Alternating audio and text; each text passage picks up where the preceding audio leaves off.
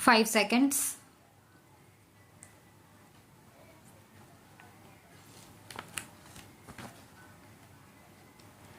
Mr. Deputy Speaker, I have great pleasure in taking part in the debate relating to the demands for grants for this Ministry of Home Affairs. The Minister of Home Affairs occupies an important position in the central executive, and the central executive under the Constitution is vested with wide powers.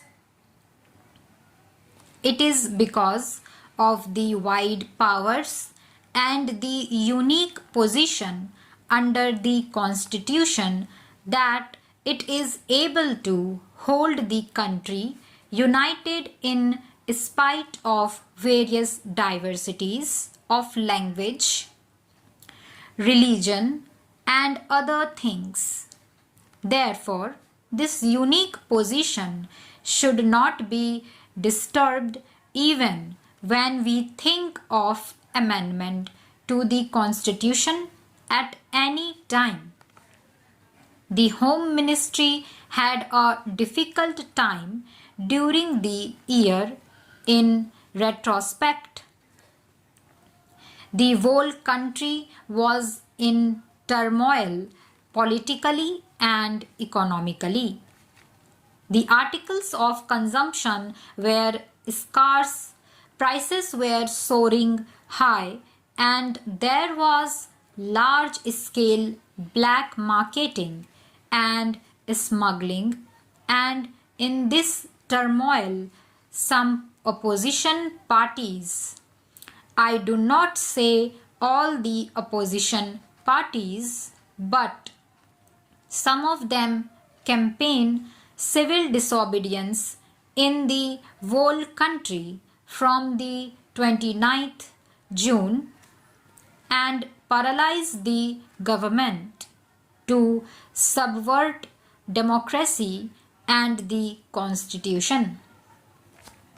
This act of the opposition cannot be accepted by the present government. Any government worth its name had to prevent it and to take effective steps to bar such a move, and this law, which was proclaimed by the President on the advice of the government, saved the whole country from destruction. It is no good complaining that during the period under review, civil liberties are curtailed, democratic rights are abrogated, and so on. But who is responsible for this? As my friend who has just spoken said that they were responsible for creating such a situation.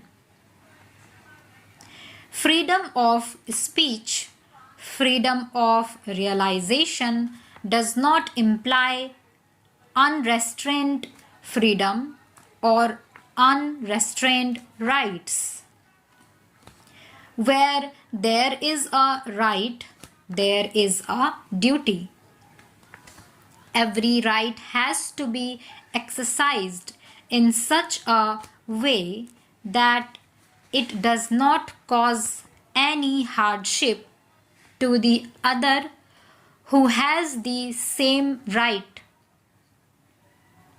It is no good complaining. But let us see the results that accrued from this period. There is all-round discipline. You know, now find discipline in the house. All the members are highly disciplined. They are speaking within their limit and the work is going on according to the schedule. There is no backlog.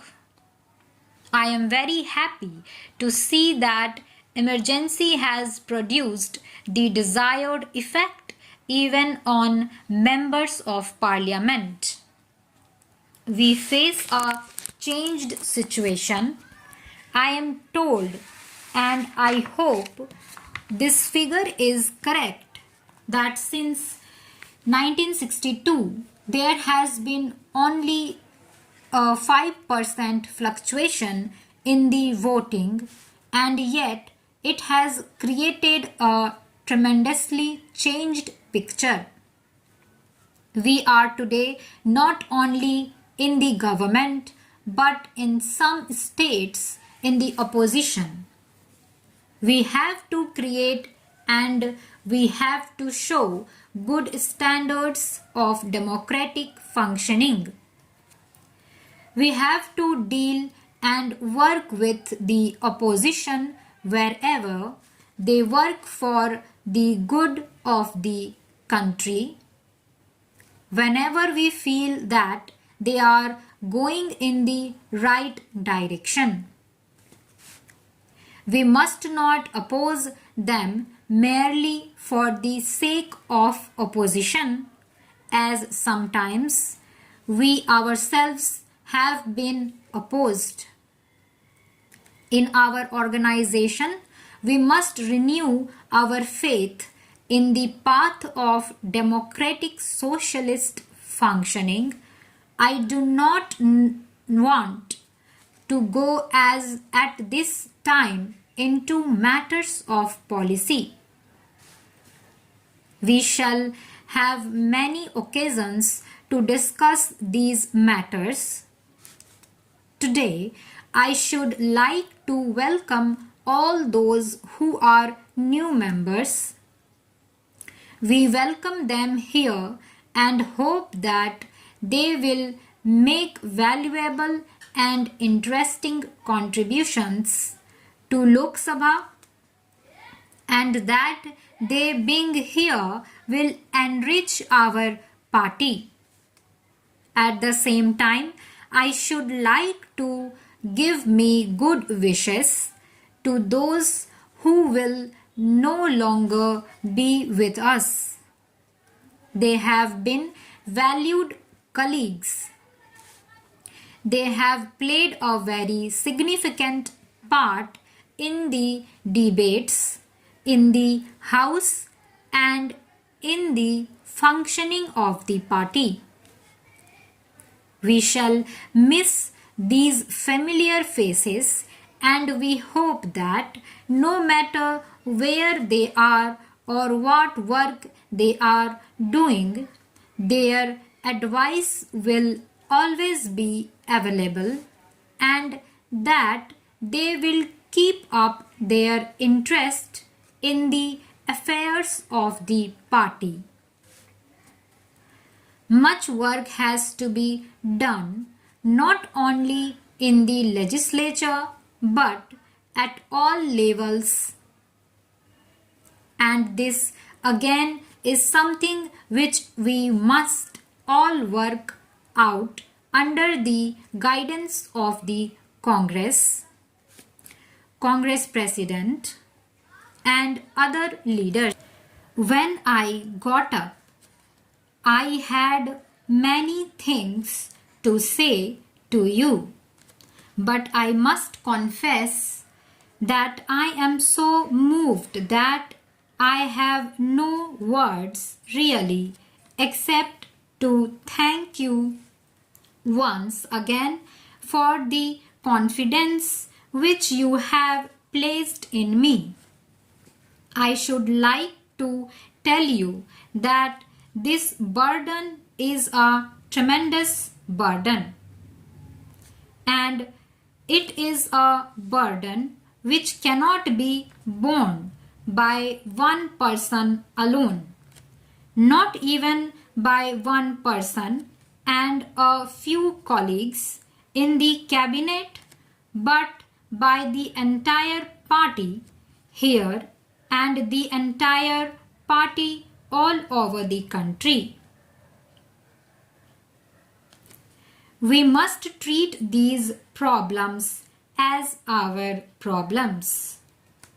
As I said, we have made a good beginning. Let us not hesitate to give advice or suggestion. Let no one feel isolated.